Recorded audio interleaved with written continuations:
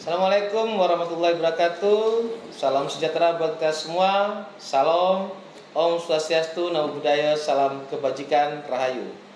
Sahabat Nusantara di seluruh Indonesia yang berbahagia, kali ini saya Singgi Widi Pratomo bersama dengan rekan-rekan dari Yayasan Bambu Nusantara Surabaya yang merupakan salah satu IPWL Kementerian Sosial yang bergerak dalam bidang rehabilitasi narkotika. Kali ini saya beserta dengan dua teman sahabat kita, yaitu Bro Joko Triyono dan Bro Iwan Hartono yang merupakan konselor sekaligus penanggung jawab daripada program layanan rehabilitasi rawat jalan dan juga rawat inap. Gimana kabarnya bro? Sehat? Alhamdulillah sehat dong. Gimana bro? Sehat? Alhamdulillah. Nanti pada kesempatan kali ini guys, kita akan ngobrol-ngobrol singkat. Kita akan bercerita, akan mengupas tuntas apa itu layanan rehabilitasi, rawat jalan maupun rawat inap, dan apa suka dukanya, dan sekaligus kita akan membuka juga latar belakang dari dua konselor ini. Nah, mungkin bisa didahului dari siapa nih? Bro Joko dulu. Boleh. Jadi selamat siang atau sore atau malam, nanti saya uploadnya juga nggak tahu. Perkenalkan, nama saya Joko Triyono. Saya di sini sebagai konselor adiksi sama penanggung jawab rawat jalan di Yayasan Bambu Nusantara Surabaya. Sebelumnya kenapa saya bisa bergabung di sini, karena background saya dulu adalah saya dulu juga seorang pecandu narkoba. Di tahun 2017 akhirnya saya tertangkap sama Badan Narkotika Kota Surabaya. Akhirnya saya menjalani rehabilitasi di Yayasan Bambu Nusantara juga, dan setelah 6 bulan menjalani rawatan, saya dilirik sama Yayasan Bambu Nusantara, dan akhirnya mulai dari tahun 2018 sampai 2022 sekarang ini saya masih bergabung di Yayasan Bambu Nusantara Surabaya. Berarti Bro Joko mantan klien dari Bambu Nusantara ya bro? Betul sekali dok. Oh, mantan klien dari Yayasan Bambu Nusantara yang kemudian mengaplikasikan ilmunya ya bro ya, betul. Untuk membantu teman-teman sesama penyalahguna narkotika untuk sama-sama sadar dan pulih produktif bro ya. Betul. Oke, selanjutnya kita kembali ke Bro Iwan. Silakan Bro Iwan, perkenalkan diri dulu Bro Iwan. Selamat siang semuanya. Perkenalkan, nama saya Iwan Hartono. Saya konselor adiksi juga dari Bambu Nusantara. Sebelumnya saya pernah masuk rehabilitasi juga beberapa kali sih, dan yang terakhir masuk rehabilitasi di BNN Lido tahun 2010 sudah selesai. Setelah itu saya melanjutkan bergabung di rehabilitasi ya kita. Dengan berjalannya waktu saya kembali lagi bergabung membuat rehabilitasi ya di Bambu Nusantara Surabaya ini hingga saat ini ya begitu. Kenapa saya ingin bergabung atau bekerja di tempat rehabilitasi? Karena saya seorang pecandu yang harus selalu diingatkan siapakah saya ini, dan saya nggak akan mau mengulangi kejadian yang dulu lagi begitu. Maksudnya kejadian yang pernah saya alami seandainya kalau saya menggunakan lagi. Berarti ini Bro Iwan motivasinya adalah selain sebagai tenaga untuk membantu sesama penyalahguna narkotika, juga untuk penguatan diri ya bro ya? Penguatan diri. Kira-kira ini Bro Iwan berapa kali direhabilitasi bro? Ada kurang lebih 8 kali ya. 8 kali direhabilitasi.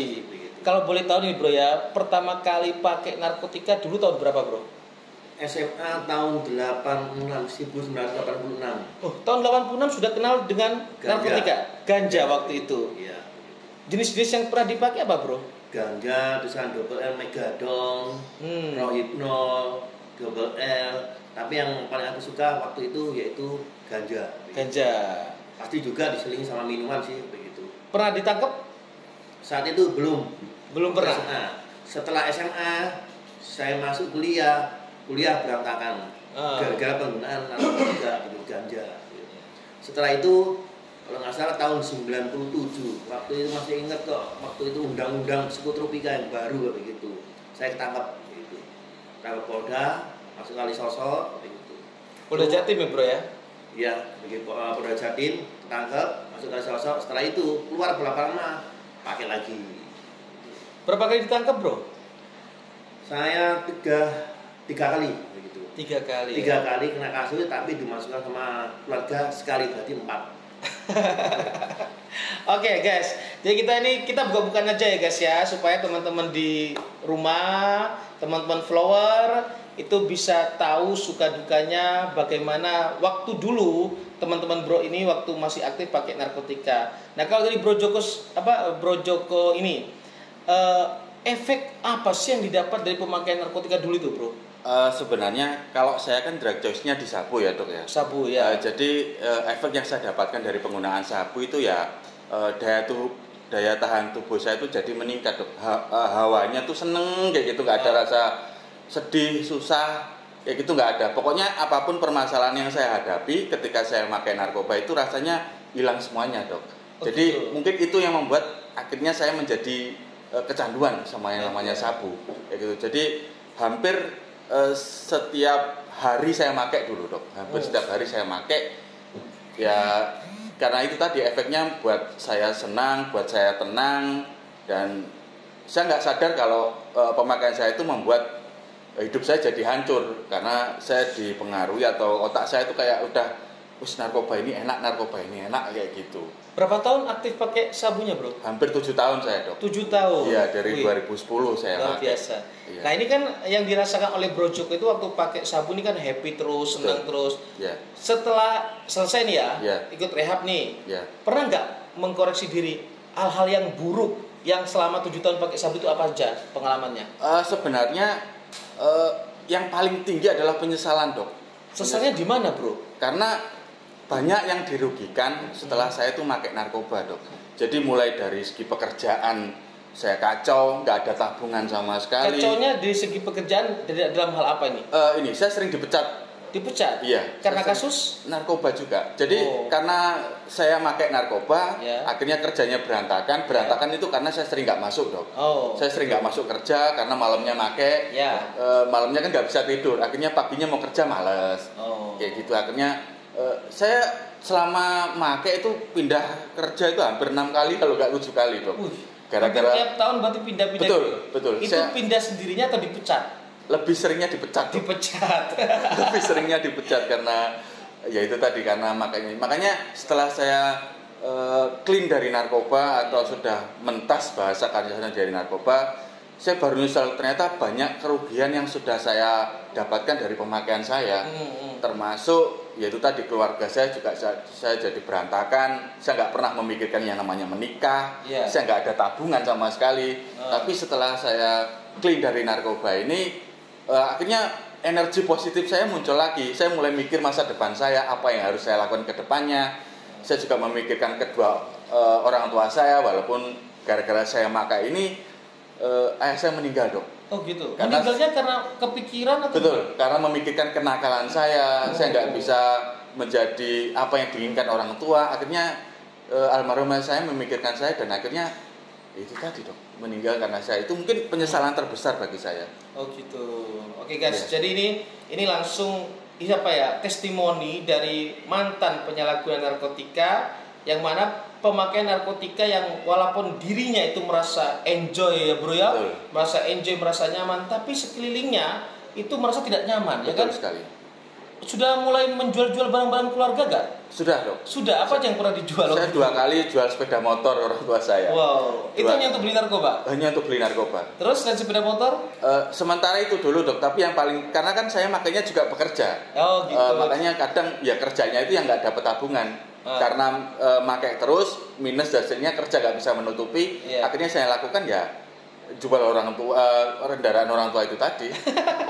Itu alasannya waktu itu ke orang tua apa? Mau dipinjem kah atau terus terang Pak ini mau saya gadaikan atau saya jual gitu? Enggak. Ya, alasannya saya buat bisnis sampingan gitu. Oh, tapi sebenarnya nggak bisnis. Enggak, saya belikan untuk buat narkoba. Ini gitu.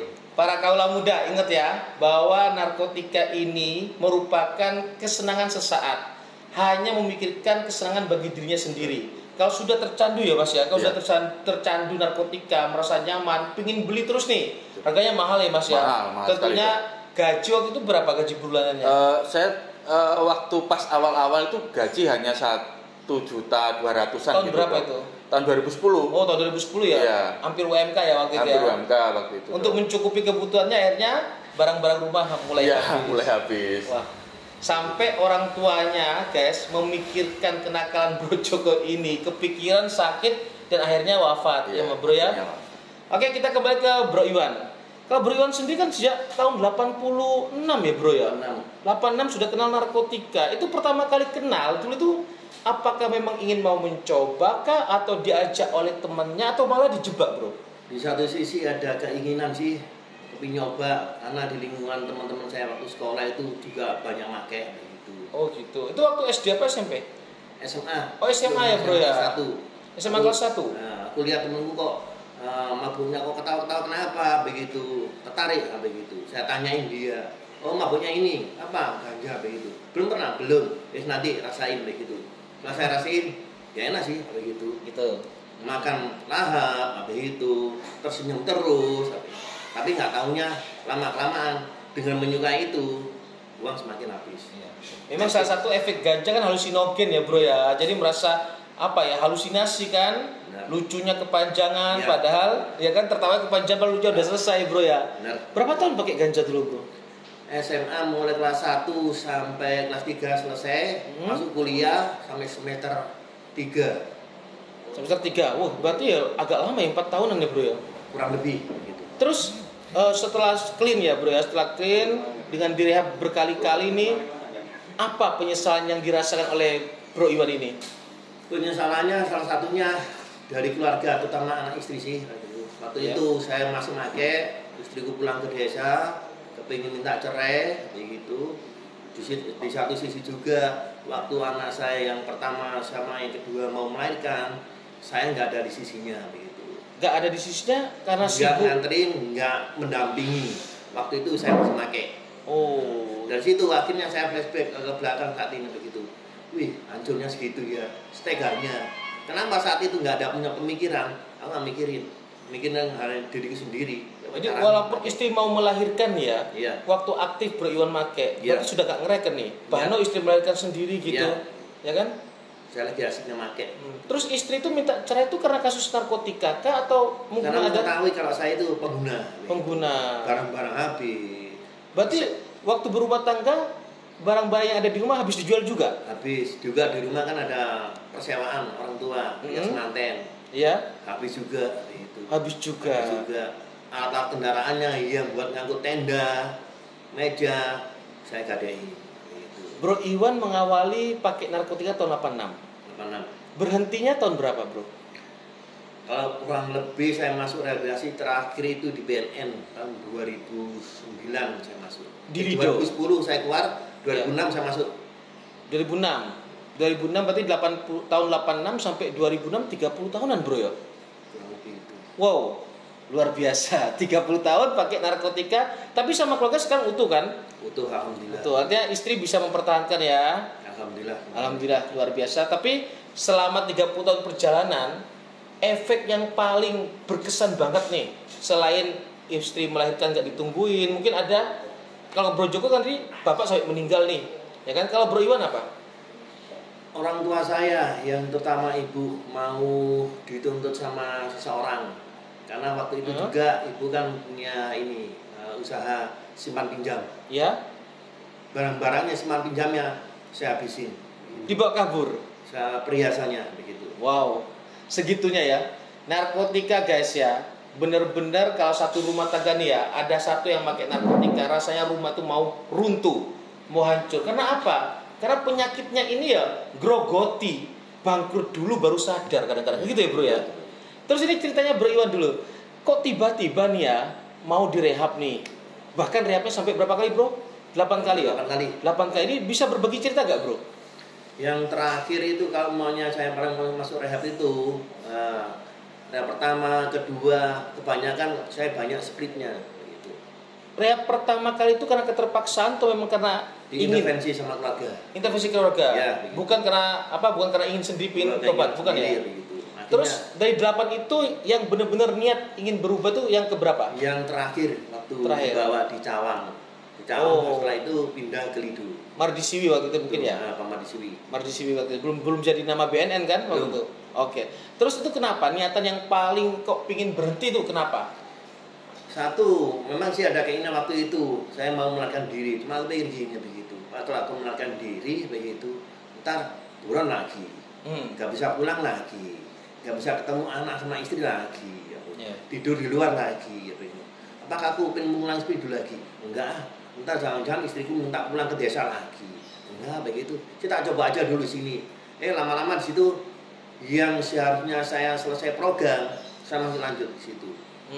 Lama-lama kerasang gitu. Berarti kalau boleh saya simpulkan nih bro ya, berarti bro itu pingin masuk ke rehabilitasi yang terakhir kali karena sudah bosen dengan kehidupan seperti ini terus ya. Dikejar-kejar polisi, uang nggak ada utuhnya, habis terus ya kan, keluarga kacau, kriminal lah istilah seperti itu. Ini bosen dengan kehidupan seperti itu, baru akhirnya masuk ke lembaga rehabilitasi. Nah setelah itu bro ya, selama waktu bro Iwan nih direhab nih, kan belum jadi konselor nih ya, masih itu. Kesannya apa sih waktu direhab itu seperti apa? Apakah rehab itu pandangannya orang ya, rehab itu seperti penjara nih, seperti penjara terus tidak boleh gini, nggak boleh gitu. Ya seolah-olah rehab itu hanya pengalihan isu saja, sebenarnya ditahan, tapi istilahnya saja. Apakah benar seperti itu bro? Enggak. Kalau menurut saya sih, kalau masuk rehabilitasi, kalau pandangan saya sih seperti orang masuk kos-kosan sih begitu. Begitu. Kos-kosan begitu. Memang waktunya kalau namanya masuk rehab atau penjara itu konsekuensi. Tapi kalau yang aku rasain di situ seperti kos-kosan aja begitu. Suka dukanya apa dulu bro waktu di rehab? Di situ ya sama-sama temannya sama bantu sih. Nggak peduli dia itu orang dari mana, Jawa Tengah, Jawa Barat, siapapun juga saling bantu di situ. Begitu. Saling menguatkan. Saling menguatkan. Itu yang aku suka dari dia. Begitu. Kalau maunya aku cari di teman-teman di luar, nggak ada menurut aku. Malah mereka kadang-kadang mengajak lagi begitu. Oh gitu ya. Itu. Berarti memang rehabilitasi itu aura positifnya ya bro ya. Aura positifnya itu mereka saling menguatkan untuk tidak kembali lagi relapse. Gitu ya bro ya. Nah ini sekarang kalau Bro Joko nih, Bro Joko berapa kali direhab? 1 kali dok, kebetulan cuma 1 kali toh. Oh 1 kali. Direhabnya itu kenapa bro? Apakah karena memang ingin sendiri ditangkap kah atau bagaimana? Waktu itu tertangkap. Tanpa barang bukti. Tanpa barang bukti. Oke. Tahun berapa tuh bro? 2017 dok. 2017, oke. Setelah tertangkap dan tidak ada barang bukti, ternyata vonis yang saya dapatkan vonis menjalani rehabilitasi ya.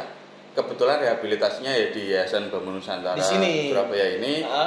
Setelah menjalani rawatan, mungkin saya sedikit sharing tentang pengalaman saya ketika di rehabilitasi. Jadi sebenarnya rehab itu asik, nggak ada yang menakutkan. Karena di sini kita diajarkan untuk pola hidupnya ditata kembali, pola pikirnya juga ditata kembali. Kita belajar mulai dari nol lagi, kalau bahasa kasarnya itu membuka lembaran baru lagi, menjadi orang baru lagi. Makanya sebenarnya yang membuat niatan saya pengen berhenti adalah saya melihat orang tua saya, karena orang tua saya tinggal 1, sedangkan saya seperti ini, lah mau sampai kapan saya seperti itu? Akhirnya itu yang menjadi titik balik saya untuk sudahlah.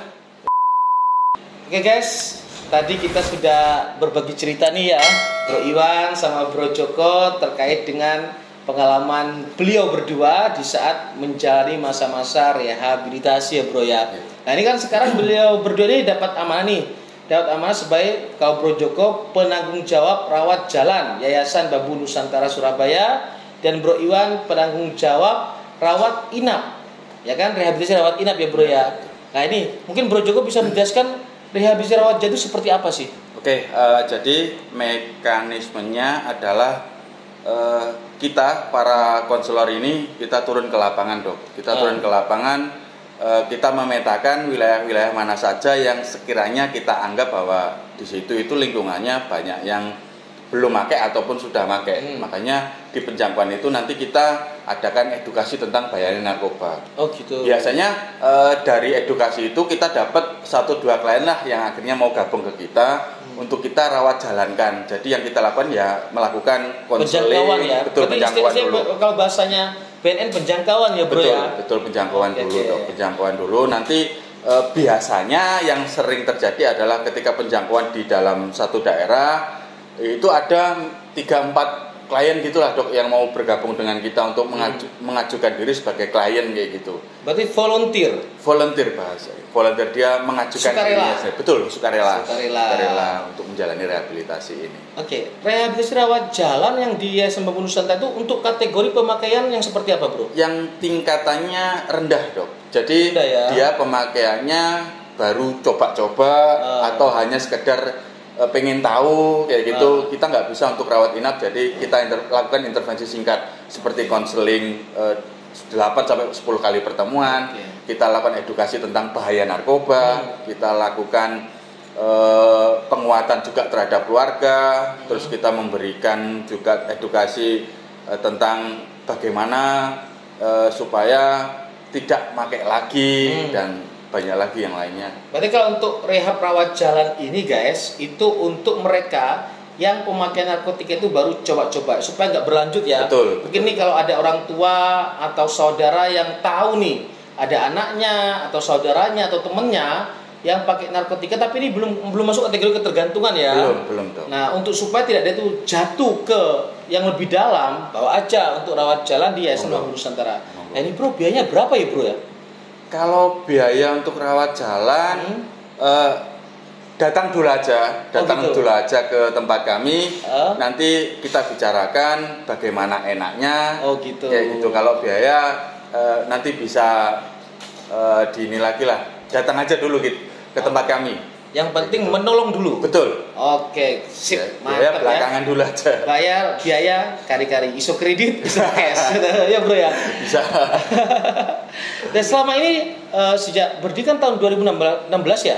Bambu ini berdiri tahun 2016 sampai sekarang kira-kira sudah berapa ratus atau berapa ribu orang yang dirawat jalan?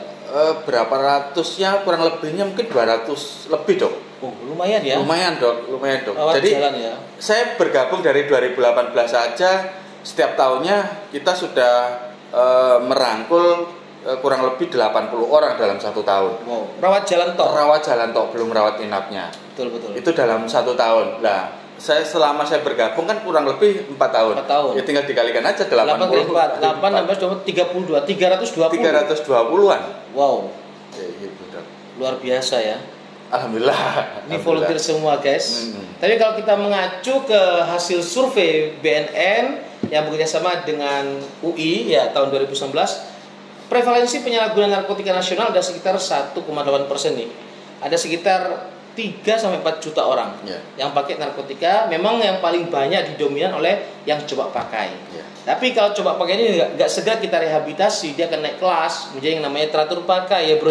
Betul sekali. Kalau teratur pakai tidak direhabilitasi, naik ke yang namanya adiksi atau pecandu. Oke, kita beralih ke Bro Iwan. Nah, Bro Iwan ini kan sebagai penanggung jawab rehabilitasi rawat inap Yayasan Bambu Nusantara. Gimana bro? Proses rawat inap di Bambu Nusantara itu seperti apa bro? Prosesnya seseorang kalau menjalani di sini yaitu kita punya program 6 bulan. 6 bulan? 6 bulan, 4 bulan rawat inap, 2 bulan rawat jalan. Oh, 2 bulan pasca berarti ya? Rawat jalan. Oke.